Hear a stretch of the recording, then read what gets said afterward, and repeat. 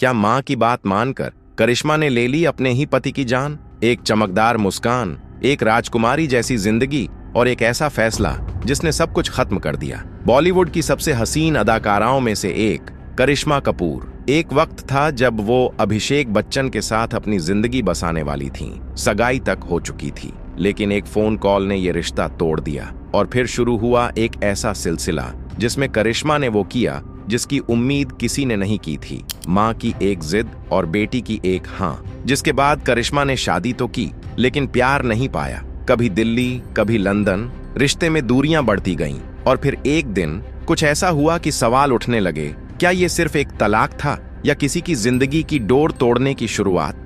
क्या करिश्मा एक माँ की चाह में इतनी उलझ गईं कि पति की मौत का कारण बन गईं? या फिर ये सिर्फ वक्त की मार थी? सच्चाई क्या है? फैसला किसका था? और इस रिश्ते की कब्र किसने खोदी? जानिए पूरी कहानी आज के इस वीडियो में। 2002 बच्चन परिवार और कपूर खानदान के रिश्ते सुर्खियों में थे। करिश्मा की सगाई अभिषेक बच्चन से हो चुकी थी। तस्वीरें, बयान और मीडिया की हेडलाइंस, हर जगह सिर्फ एक ही बात थी, करिश्मा जल्द ही बच्चन बहू बनने जा रही है। लेकिन अचानक सब कुछ थम गया। सिर्फ एक कॉल ने इस रिश्ते की सारी बुनियाद हिला दी। यह कॉल था बबीता कपूर का, करिश्मा की माँ का। बबीता को लगा कि अभिषेक का करियर उस समय स्थिर नहीं है। वो चाहती थीं कि करिश्मा को सिर्फ प्यार नहीं, बल्कि एक सुरक्षित भविष्य भी मिले। उन्हें लगने लगा कि यह रिश्ता भावना से ज्यादा जोखिम बन सकता है। और इसी सोच में उन्होंने अपनी बेटी का हाथ एक अमीर लेकिन तलाकशुदा कारोबारी संजय कपूर के हाथों में सौंप दिया। संजय कपूर नाम था, पैसा, शोहरत, लेकिन साथ ही विवादों और आदतों की भी एक लंबी फहरिस्त। करिश्मा के लिए यह रिश्ता जैसे सपनों से समझौता था। शादी हुई धूमधाम से। मीडिया ने इसे स्टार और उद्योगपति की परियों जैसी शादी कहा, लेकिन इस चमक के पीछे एक गहरी उदासी छिपी थी। रणधीर कपूर, करिश्मा के पिता, इस शादी के खिलाफ थे। ये रिश्ता उनकी बेटी को दुख देगा। लेकिन पिता की आवाज दब गई, क्योंकि माँ ने सोच लिया था कि उनकी बेटी को अब भावनाओं की नहीं, स्टेबिलिटी की जरूरत है। शादी के शुरुआती वर्षों में करिश्मा ने दिल्ली और लंदन के बीच जिंदगी को पटरी पर लाने की कोशिश की। 2005 में बेटी समायरा का जन्म हुआ और लगा कि सब ठीक हो जाएगा। लेकिन रिश्ते जहां दिल की जगह समझौते से टिके हों, वहां दरारें बहुत जल्दी आ जाती हैं। धीरे धीरे संजय के व्यवहार में बदलाव आने लगा। दूरी बढ़ती गई। करिश्मा अपनी ही परछाई से अजनबी होती गई। और जो रिश्ता एक नई शुरुआत की उम्मीद था, वह एक बंद रास्ते में तब्दील हो गया। शायद यह रिश्ता नहीं, एक साजिश थी, मजबूरी की, डर की और एक माँ की बेहतर भविष्य की सोच की। लेकिन क्या वो बेहतर हुआ? शुरुआत में सब कुछ एक परियों की कहानी जैसा लगता था। दिल्ली की आलीशान कोठियां, लंदन की शानदार यात्राएं, महंगे इवेंट्स और मीडिया में छपती मुस्कुराती तस्वीरें। करिश्मा और संजय को देखकर लगता था कि यह रिश्ता सौभाग्य और समृद्धि का मेल है। लेकिन इन दिखावटी लम्हों के पीछे एक ऐसी बेचैनी धीरे धीरे आकार ले रही थी जो सिर्फ वही समझ सकता है जो रिश्ते में प्यार नहीं, केवल सामाजिक जिम्मेदारियां निभा रहा हो। करिश्मा की जिंदगी एक ऐसे बंद कमरे में तब्दील होती जा रही थी जिसकी खिड़कियों से न हवा आती थी, न रोशनी, और दरवाजे वो भी बाहर से बंद होने लगे थे। करिश्मा ने बच्चों की खातिर सब कुछ सहने की कोशिश की। संजय के व्यवहार में सुधार के बजाय और गिरावट आने लगी। निजी स्वतंत्रता पर रोक, बार बार बेइज्जती और फिर मानसिक प्रताड़ना का बढ़ना, यह सब अब करिश्मा के लिए असहनीय होता जा रहा था। स्थिति तब और भयावह हो गई जब यह मानसिक अत्याचार शारीरिक हिंसा में तब्दील हो गया। एक लंबे समय तक चुप रहने के बाद आखिरकार एक दिन करिश्मा ने अपने दोनों बच्चों को साथ लिया और बिना किसी को बताए मुंबई लौट आईं। ये वापसी किसी स्क्रीन पर चमकने की नहीं थी। यह वापसी थी खुद को और अपने बच्चों को एक बर्बादी से निकालने की। यहीं से शुरू हुआ कानूनी लड़ाई का दौर। करिश्मा ने संजय पर घरेलू हिंसा, मानसिक उत्पीड़न और विवाहेतर संबंध जैसे गंभीर आरोप लगाए। लेकिन सबसे चौंकाने वाला आरोप यह था कि संजय करिश्मा पर अपने दोस्तों के साथ समझौता करने का दबाव बनाते थे। ये खुलासा मीडिया में आग की तरह फैल गया और पूरे देश की नजरें इस केस पर टिक गईं। 2014 में करिश्मा ने तलाक के लिए अर्जी दी। कोर्ट में जैसे जंग छिड़ गई। आरोप, प्रत्यारोप, बयानबाजी। संजय ने पलटवार करते हुए कहा कि करिश्मा ने उनसे शादी सिर्फ पैसों के लिए की थी और वह अभिषेक बच्चन से सगाई टूटने के बाद केवल रिबाउंड में उनके पास आई थी। उन्होंने यह भी कहा कि करिश्मा कभी उनसे प्यार नहीं करती थी, सिर्फ एक सुरक्षित भविष्य चाहती थी। इन आरोपों ने करिश्मा को भीतर तक झकझोर दिया था। एक समय की सबसे सफल अदाकारा अब अदालत की चौखट पर अपने टूटे हुए आत्मसम्मान को संभालने की कोशिश कर रही थी। तभी एक मजबूत आवाज उनके पक्ष में खड़ी हुई, रणधीर कपूर। मीडिया के कैमरों के सामने उन्होंने साफ साफ कहा, हम किसी की दौलत पर नहीं जीते। हमारे पास इतनी संपत्ति है कि आने वाली 7 पीढ़ियां बिना कुछ किए जिंदगी गुजार सकती हैं। 2016 में कोर्ट ने इस रिश्ते की औपचारिक समाप्ति का ऐलान कर दिया।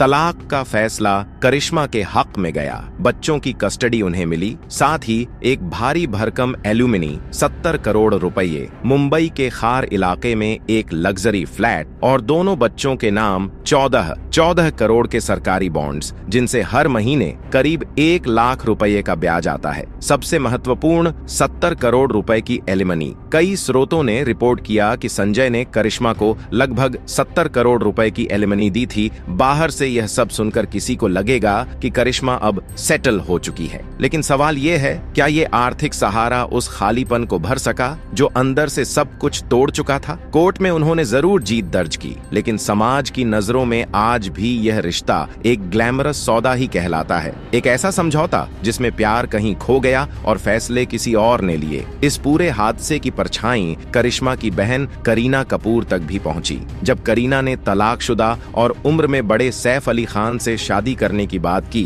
तो परिवार में खलबली मच गई, मगर करीना रुकी नहीं। एक इंटरव्यू में उन्होंने साफ कहा था, अगर मेरे घर वाले मना करते तो मैं लंदन भाग जाती। शायद करिश्मा के अनुभव ने करीना को सिखा दिया था कि जिंदगी सिर झुकाकर नहीं, सिर उठाकर जी जाती है। तलाक के बाद करिश्मा ने खुद को लाइमलाइट से लगभग काट ही लिया। न कोई इंटरव्यू, न किसी टीवी शो की मेहमान बनना और न ही सोशल मीडिया पर सफाई देने का कोई प्रयास। उनकी दुनिया अब केवल उनके बच्चे थे, वही उनकी ताकत थे और वही उनकी शांति। कभी कभी वह इंस्टाग्राम पर बच्चों की तस्वीरें जरूर शेयर करती हैं, लेकिन उन तस्वीरों में उनकी मुस्कान के पीछे एक गहरा सन्नाटा छिपा होता है। मानो हर तस्वीर यह कहती हो, अब और कुछ नहीं चाहिए, बस इतना ही बहुत है। 2025 की शुरुआत में एक चौंकाने वाली खबर ने फिर से बीते हुए जख्म कुरेद दिए। संजय कपूर, करिश्मा के पूर्व पति, अब इस दुनिया में नहीं रहे। हार्ट अटैक से उनकी मौत हुई ऐसा बताया गया, लेकिन इंटरनेट पर कहानियां कुछ और ही तैरने लगीं। किसी ने इसे कुदरत का बदला बताया तो किसी ने करिश्मा को ही इस अंत का कारण मान लिया। संजय कपूर की अचानक मौत ने सिर्फ एक व्यक्ति को नहीं छीना, इसने कई पुराने घावों को फिर से कुरेद दिया। सोशल मीडिया पर जैसे हर कोई जज बन बैठा।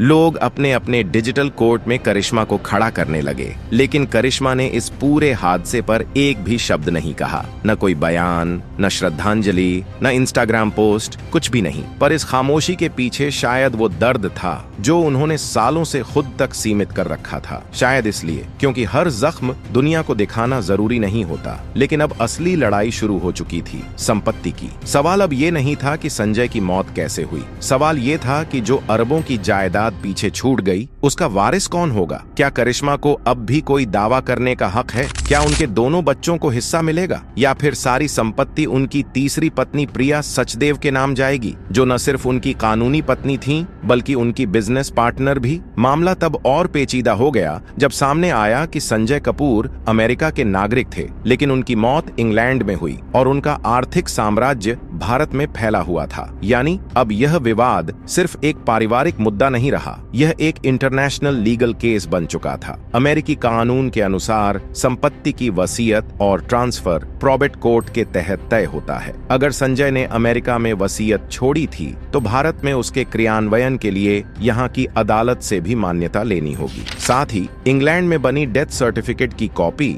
भारत में कानूनी रूप से स्वीकृत हो, यह भी जरूरी था। हर एक दस्तावेज अब क्रॉस ज्यूरिडिक्शनल वैलिडेशन से होकर गुजरेगा। नियम अलग अलग, देश अलग अलग, लेकिन संपत्ति एक। इस बीच एक और चर्चा सोशल मीडिया और कुछ रिपोर्ट्स में सामने आई। कहा गया कि संजय ने करिश्मा के बच्चों के नाम एक ट्रस्ट बनाया था ताकि वे सुरक्षित भविष्य पा सकें। मगर ऐसी किसी भी योजना का कोई ठोस दस्तावेज अब तक सामने नहीं आया है, और जब तक दस्तावेज नहीं तब तक दावा भी नहीं। कयास तेज थे। करिश्मा को अब कुछ नहीं मिलेगा, बच्चों का भविष्य लटका हुआ है, अब सब कुछ प्रिया कंट्रोल करेंगी। लेकिन सच्चाई इतनी सीधी रेखा में नहीं चलती। भारतीय कानून भी अपनी जटिलता के साथ सामने आया। तलाकशुदा पत्नी को एल्यूमिनी मिल सकती है, लेकिन पति के निधन के बाद वह रकम रुक सकती है। हालांकि Hindu adoption and maintenance act की धारा 19 इस बात की इजाजत देती है कि अगर पूर्व पत्नी खुद का गुजारा नहीं कर पा रही हो तो वह सहायता की हकदार रह सकती है। अब सवाल यह था, क्या करिश्मा, जो लंबे समय से फिल्मों से दूर हैं, आर्थिक रूप से निर्भर मानी जा सकती हैं?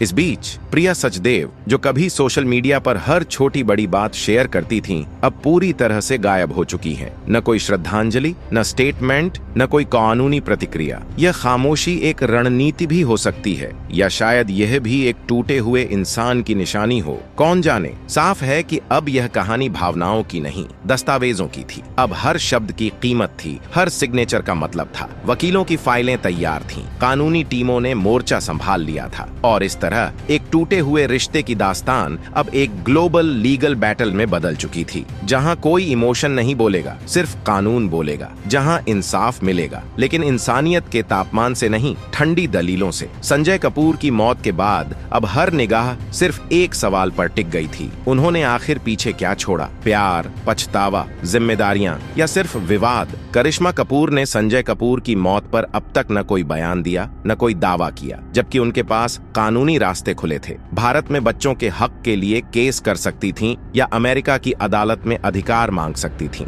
लेकिन असली सवाल यही था, क्या वो फिर से उसी दर्द भरे रास्ते पर लौटना चाहती थीं? अब करिश्मा के लिए सबसे बड़ी दौलत उनके बच्चे हैं। वो कुछ साबित नहीं करना चाहती, बस उन्हें संभालना चाहती हैं। समायरा और कियान अब सिर्फ उनकी जिम्मेदारी नहीं, उनकी दुनिया है। लेकिन सवाल ये भी है, क्या दोनों बच्चों को बराबरी का हक मिलेगा, या सिर्फ वो बच्चा जिसे संजय और प्रिया ने जन्म दिया कानूनी वारिस माना जाएगा? इस पूरे मामले में बबीता कपूर की चुप्पी भी बहुत कुछ कहती है। कभी उन्होंने करिश्मा के लिए बच्चन परिवार से रिश्ता तोड़कर एक अमीर दामाद चुना था, शायद यही सोचकर कि बेटी को रुतबा और स्थिरता मिलेगी। लेकिन वो सपना जल्द ही कागजी महल साबित हुआ। करिश्मा हमेशा ग्लैमर और स्टारडम से पहचानी गईं, लेकिन उनके पीछे एक औरत थी जो समाज की उम्मीदों और अपने आत्मसम्मान के बीच रोज खुद को समेटती रही। यह कहानी सिर्फ एक टूटी शादी की नहीं, उस सोच की है जो बेटियों के फैसलों को उनका मानती ही नहीं। संजय चला गया, लेकिन पीछे एक लंबा मुकदमा छोड़ गया, जो अब कोर्ट नहीं, वक्त ही सुलझाएगा। इसी बीच हम आपको यह बात स्पष्ट कर देना चाहते हैं कि संजय कपूर की संपत्ति को लेकर अब तक किसी भी विश्वसनीय स्रोत द्वारा यह पुष्टि नहीं की गई है कि करिश्मा कपूर को एल्यूमिनी, गुजारा भत्ता मिली है या नहीं। इसलिए इस विषय में हमारे चैनल की ओर से किसी भी दावे की पुष्टि नहीं की जाती। आज की वीडियो में फिलहाल इतना ही। अगर आपको यह वीडियो पसंद आई हो तो कृपया इसे लाइक करें, अपने दोस्तों और परिवार के साथ शेयर करें, और अगर आप हमारे चैनल पर नए हैं तो चैनल को सब्सक्राइब करना बिल्कुल न भूलें। आप सभी का दिल से बहुत बहुत धन्यवाद।